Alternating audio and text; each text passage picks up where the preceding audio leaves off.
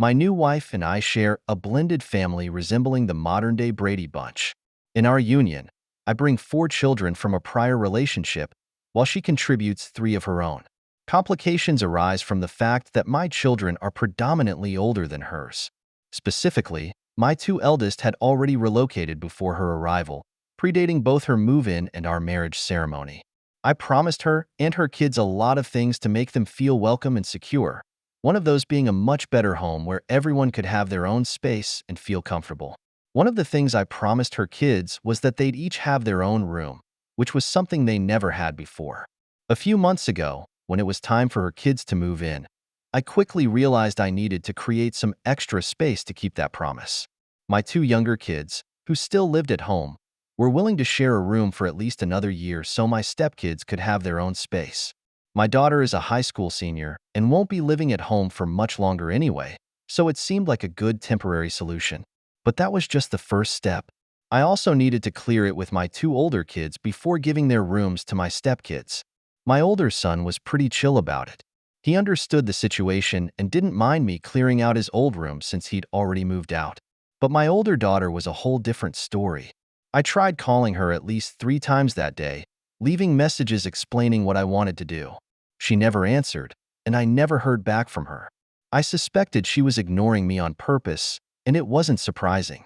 Without going into too many details, she and my wife don't get along. It's not just a small disagreement, it's deeper than that. Because of this tension, my daughter has essentially turned against me. The relationship between her and my wife has caused a lot of drama. While I wanted to make sure everyone was happy and comfortable, my daughter seemed unwilling to compromise. She didn't want anything to do with my wife, and she wasn't thrilled about me either. The situation has created a lot of challenges and stress for our blended family, but I'm trying to make it work for everyone's sake. At some point, the anxiety about disappointing my new stepchildren was just too much. So, I went ahead and cleared out both rooms to make space for my wife's kids. I even gave my older daughter's old room to one of my wife's daughters for a while. We enjoyed a happy new family vibe, and things felt pretty good. We made it through the holidays smoothly, though my older daughter didn't come home for Christmas. Instead, she chose to spend the time with her boyfriend of 5 months, rather than returning to us. When the new year came around, my daughter asked if she could grab something from her old room. I talked to her a little bit during the months between Christmas and New Year's, but I hadn't mentioned anything about the room because it didn't seem like a big deal at the time. But now, when she wanted something from it, I had to break the news to her. I had given the room away and didn't have any of her old stuff anymore. When I told her this, she lost it. She screamed and insulted me, saying that I'd crossed a line. I explained that I had tried to reach her multiple times before the room transition and that technically it wasn't even her space anymore since she's been away at school. But that wasn't enough for her. She was furious and then started throwing insults at my wife, crossing a major line in my opinion. It was clear that she had a lot of pent-up resentment toward my wife and me. The tension between us didn't go away after that conversation. The whole situation left me feeling torn and caught in the middle. I wanted to make sure my stepchildren had a home where they felt comfortable, but I also didn't want to push my own daughter away. However, her attitude and comments about my wife made things incredibly difficult. The relationship between us had already been strained, but that conversation made things a whole lot worse. I had hoped we could find some kind of understanding, but now it felt like we were further apart than ever. Eventually, the whole situation pushed me too far. I told my daughter that no matter how she feels about my wife and her family, she hasn't behaved any better ever since my wife entered our lives. My daughter has acted like a miserable brat. That was the end of it, and saying those words stung. I wanted to understand her perspective, but I also have to look out for my stepkids now and can't always prioritize my daughter or her siblings first. After that conversation, I was left feeling completely alone. There's no one else willing to listen to me, and knowing how my daughter used to be made the situation even more painful. I realize now that my words were harsh, and I can see how I may have been too irresponsible in handling everything. I wanted to do right by my daughter and my new family, but my frustration got the better of me, and it created a bigger rift between us.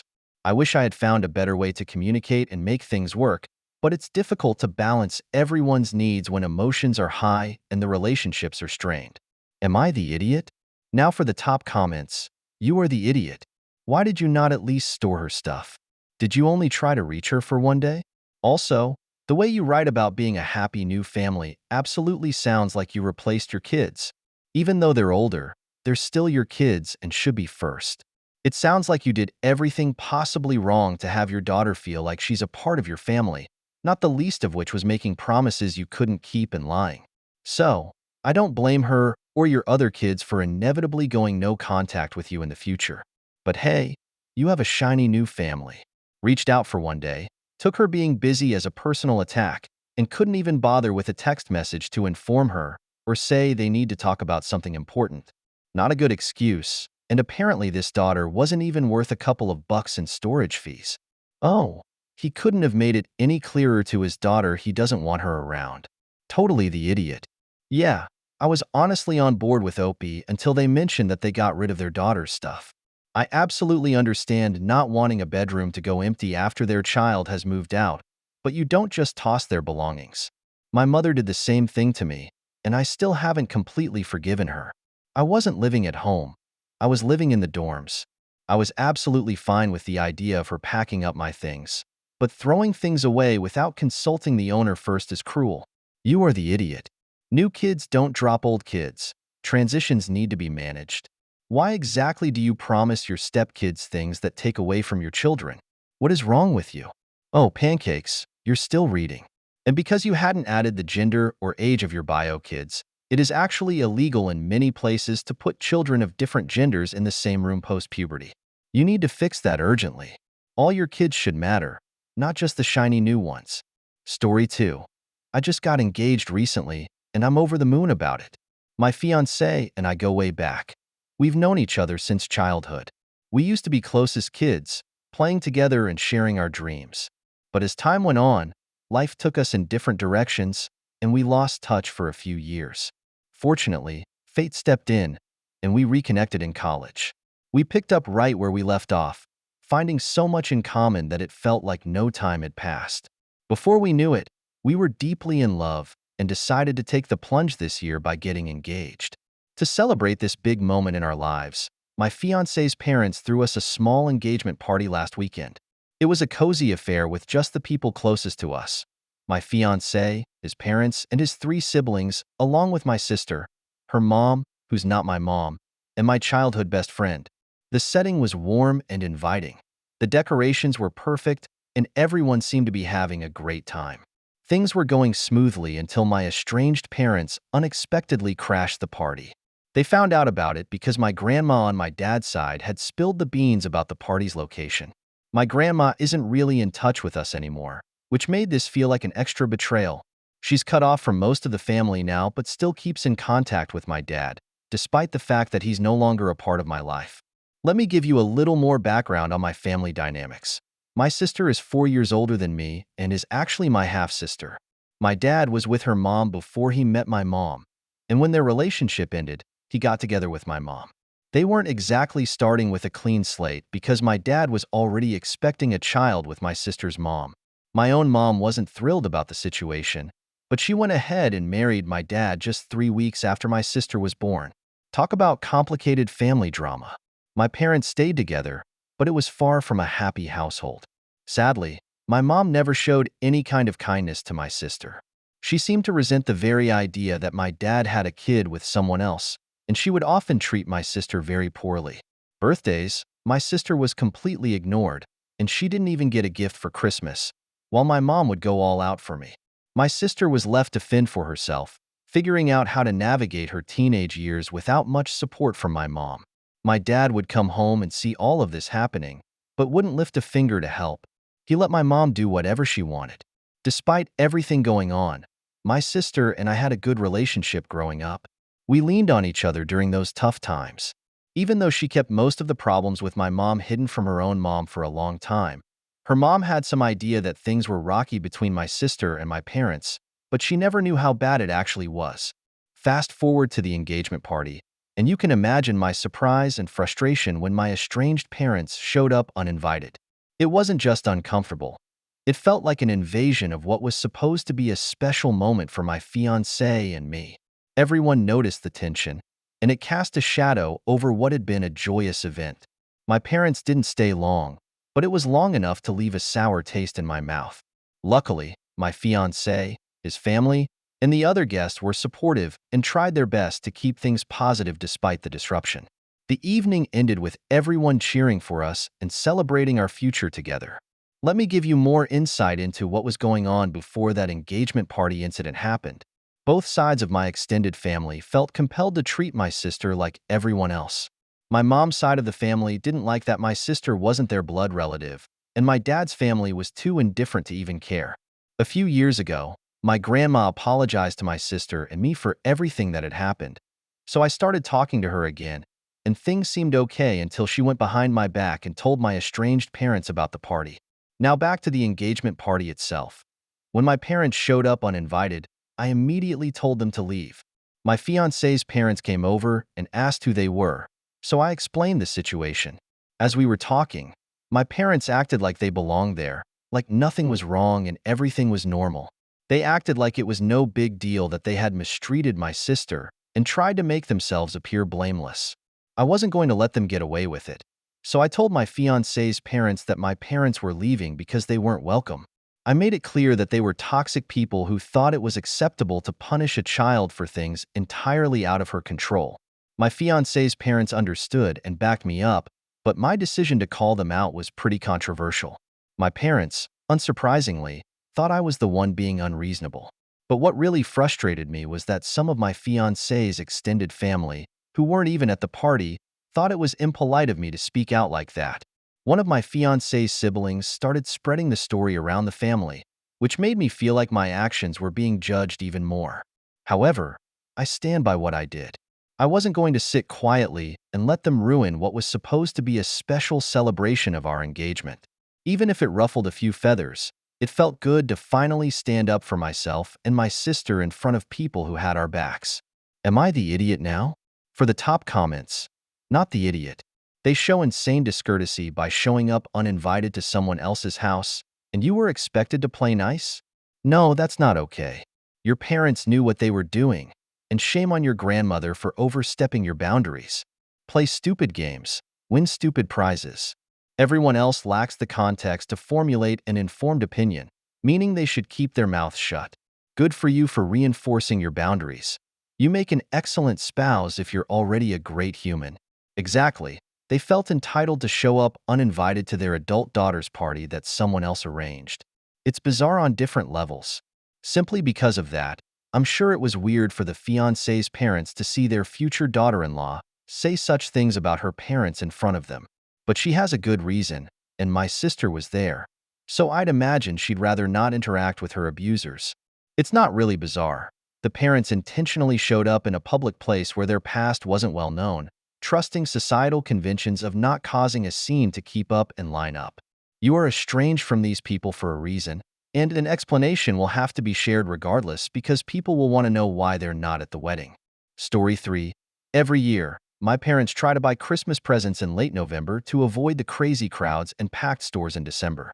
Usually, they take me along, or I sometimes go with them alone. They tend to buy gifts to smooth over our relationship because, honestly, they don't really like me that much, and our relationship has always been pretty rocky. So they try to make up for it with presents. My sister, who's in her 20s, loves playing the piano and has always had a deep passion for music. But last December, her piano broke down, and she was devastated. Unfortunately, our parents had already gotten her a big Christmas present, a new car, which was really generous of them.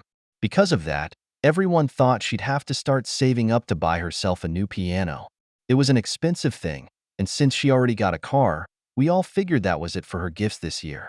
But on Christmas Day, things took a strange turn. The present that was supposed to be mine, the one I was excited to unwrap, turned out to be a shiny, brand new, super expensive piano. I was shocked and confused because I don't even play the piano. I thought I was getting something else that would actually make sense for me. So I immediately started looking up how much I could sell it for because I knew it wasn't something I'd ever use. When my parents found out, they were really disappointed. They couldn't understand why I wouldn't let my sister even touch the piano. They felt like I was being selfish, and the rest of the family seemed to agree with them. They all ganged up on me, saying that I always get lots of presents anyway and shouldn't complain. I told them that my other two sisters get plenty of things too, but that didn't seem to change their minds. Eventually, my sister offered to buy the piano from me, but she only wanted to pay less than half its value, even though it had cost our parents about $25,000. Her offer was around $1,500, which was still a lot of money, but I knew I could get much more if I sold it for its true value. She didn't offer to pay me more over time or anything, so I turned her down. A few days later, I sold the piano to someone else for a much better price. But when my sister found out, she was really hurt and said I had crushed her dreams of becoming a concert pianist. She felt like I had snatched away her chance at a music career and that she wouldn't be able to afford a new piano now. I know my parents have always been difficult, but I feel like I let my anger take over and ended up taking it all out on my sister. She wasn't the one who made the decision to give me a piano I didn't want, but she ended up paying the price for it. So am I the idiot now? For the top comments. To see if I understand this, since your parents had already given your sister a car, they gave you a piano meant for her to use as a Christmas present for you, and you don't even play the piano. Your sister can give up the money and buy her own piano since it was apparently assumed she was doing that. Or you could have traded the car for the piano. Not the idiot. LP. I'm sorry, absolutely not the idiot. Your parents knew exactly what they were doing when they bought that piano and expected you to just bow down to their pressure. I'm glad you didn't give in to their emotional blackmail and made some money out of it. You didn't put a stop to her dream. She did that all by herself, and your parents are enabling her by clearly playing favorites. Surely your sister could sell her amazing car to get a piano if she wanted one so much, and get something cheaper. And why does she need an expensive one anyway if she uses it to practice? The entitlement is astounding. Story 4. I'm a 34-year-old woman who was married to my husband for 10 years before he sadly passed away last year. We have a 4-year-old son together. My husband's family is deeply religious, and I always thought they were a little too intense, almost like they were in a cult. He lost his father when he was just a kid, so he was raised by his mom and sister. However, when my husband decided to step away from their strict beliefs and stop practicing their religion, both his mom and sister cut him out completely. They weren't involved in his life after that. We invited them to our wedding, but they didn't come because it wasn't in their church. My husband and I didn't follow their faith or live by their strict rules, and they made it clear that they disapproved. The only time they talked to us was to try and convert us back to their religion. They never said anything nice, just cruel things about us and our son throughout our marriage. It was constant criticism and harsh comments, and it hurt us both deeply. When my husband passed away, his family didn't even come to the funeral.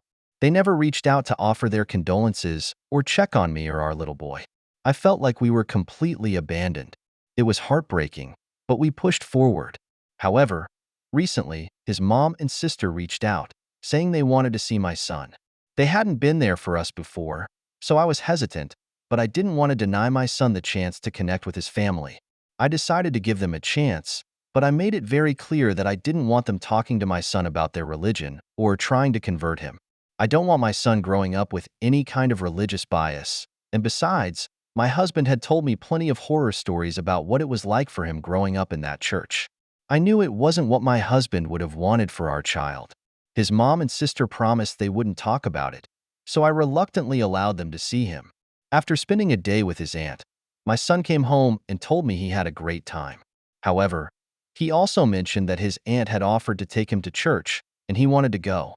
That was a red flag for me, so I immediately called her up. We got into a big argument over the phone. She insisted that church was a huge part of her life and that she couldn't just pretend it didn't exist. She felt my son had the right to learn about their religion, even if that meant talking to him against my wishes. I was furious because I knew what my husband went through in that church, and I knew he wouldn't want that for our son. So I told his mom and sister that if they wanted to see my son again, it would only be under my supervision. They were very upset and called me a terrible mom for not letting my son make his own choices. They even went as far as to call me a bigot for not allowing him to learn about their faith. I'm just trying to protect my son from being pressured into something he doesn't fully understand. It breaks my heart that they're so upset, but I believe my husband would want me to stand firm on this. My priority is raising our son in a loving environment without any outside influence trying to manipulate or pressure him. I only wish my husband's family could understand that. Am I the idiot now? For the top comments, not the idiot. The kid's 4. That's not remotely old enough to decide for himself when it comes to learning about religion, and they know it. Besides, it doesn't matter what the disagreement is about. You had a condition, they broke it. They've made it clear they never had any intention of taking your wishes seriously. At this point, you being willing to consider fostering any relationship at all is generous, and they really shouldn't be pushing their luck. I'm surprised you allowed your son to go over there unsupervised at all. Those people are strangers in adult clothing who haven't been treating you well in the past and didn't give a crap when their family member died. You owe them nothing but maybe a restraining order. Your husband was estranged for a good reason, and you should trust his judgment. Protect your son. OP. A lot of people jump to warning about the threat of grandparents' rights where it's not warranted, but here it really is, and you should definitely consult a lawyer. If you are in the States and your spouse passes away, frequently his parents can get court-mandated visitation. Your best bet is honestly just not to let them see the kid at all, so they don't have an established relationship to show a judge. You need to stop being so naive. Seriously, please consult a lawyer and make sure you document anything that proves they had a bad relationship with your husband.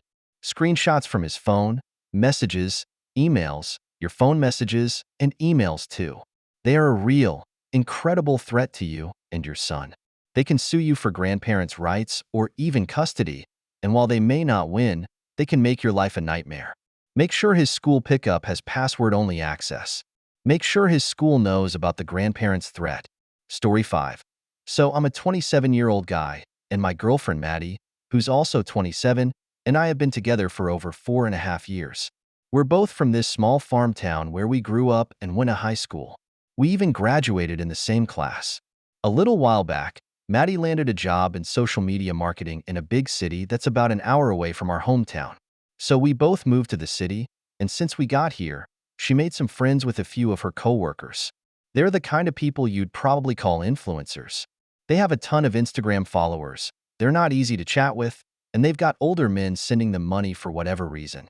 I'm sometimes forced to spend time with them because I don't want to leave Maddie hanging. I try to keep an open mind, but what they say about guys is just brutal. They talk about how they trick guys into sending them money and scheme about how to find rich dudes. Maybe it's just how I was brought up on a farm where we value hard work and honesty, but it makes me feel super uncomfortable. I've shared my concerns with Maddie because it's really been bothering me, and she totally understands where I'm coming from. She gets that their behavior is kind of off-putting, but she says that being friends with them will help her career since they're well-connected in the marketing world. Plus, she hasn't made many other friends in the city yet, so it's really just them for now. A few months ago, I had my friends from back home visit me for a weekend. My friends are mostly farmers, or work with their families on the farm. Maddie thought it would be a good idea to have her city friends join us for a night out clubbing. So we all met up for some drinks before heading to the club. Her friends completely ignored my friends at the pregame in the bars and didn't even try to make small talk. My buddies didn't know what to think about them at first, but understood after I explained that these city girls aren't used to hanging out with down-to-earth farmers like them. Every year, my best friend hosts this big party at his place, and it's one of the highlights of our year. He owns a huge house with a pool and a sprawling property because he's done well for himself running his own farm. I usually drive up a day early to help him get everything ready, and Maddie joins me the next day. This year, she showed up with her new friends as a surprise. I didn't expect them to come, but I figured, okay, why not give them a chance to see how we party in the countryside? As soon as Maddie's friends laid eyes on my best friend's big house, pool, and all that property, they seemed to change completely. They started chatting with him and asking all sorts of questions about how he got his farm, whether he lives alone, and all that. They were really trying to get his attention. It was obvious they were interested in more than just making small talk. My best friend is a good guy, and he just chatted with them politely, but I could see that they were angling for more. It made me uneasy seeing how quickly they switched gears when they thought they were around someone wealthy. After the party, I told Maddie about my concerns again, and she tried to reassure me, saying her friends aren't that bad, and that she knows I don't like them, but they're good for her career and the only people she knows in the city so far. I get it. She needs a support system in this new place, but I still feel uneasy around them. I'm not sure how to navigate this whole situation because I want to support Maddie in making friends, but I also feel like these girls don't have the best intentions and are only interested in people who can help them get ahead. After my other friends showed up with their four-wheelers and offered rides all night, Maddie's friends had an absolute blast. They were laughing, snapping photos, and soaking up the country vibes. It was nice to see everyone getting along, and I felt relieved that things were going smoothly. When we got back to the city, Maddie's friends came over and started asking me more questions about my buddies. They seemed really curious and wanted to know who my friends were, what they did for work, and if they were single. One of them even asked me for my best friend's Snapchat, but I wasn't sure if that was such a good idea. I tried to be polite and said I don't know if that's the best idea, but they kept pushing, wanting to know why I wouldn't share his info. I dodged the topic until they left, trying not to make a big deal out of it. Afterward, Maddie confronted me and wanted to know why I was being so weird about the whole thing. I told her that I didn't want her friends to take advantage of my friends like they do with other guys. My buddies are pretty simple guys, and I knew they'd be attracted to Maddie's friends because they're charming and fun to be around. But I could also see them falling for the same tricks her friends use on other men. The girls hadn't given my friends much attention until they saw that some of them had a bit of money and realized there were plenty more guys they could impress. I found myself increasingly frustrated, expressing to Maddie the importance of considering my friends' welfare, as they are genuinely decent individuals. In response, she swiftly criticized me, accusing me of foolishly assessing her friends and jumping to negative conclusions. I attempted to clarify that I don't pass judgment on her friends for their actions. That's their prerogative. However, I do recognize their tendencies, and I'm concerned about my friends, who can be easily influenced, getting into difficult situations because of them. Does this make me the one in the wrong?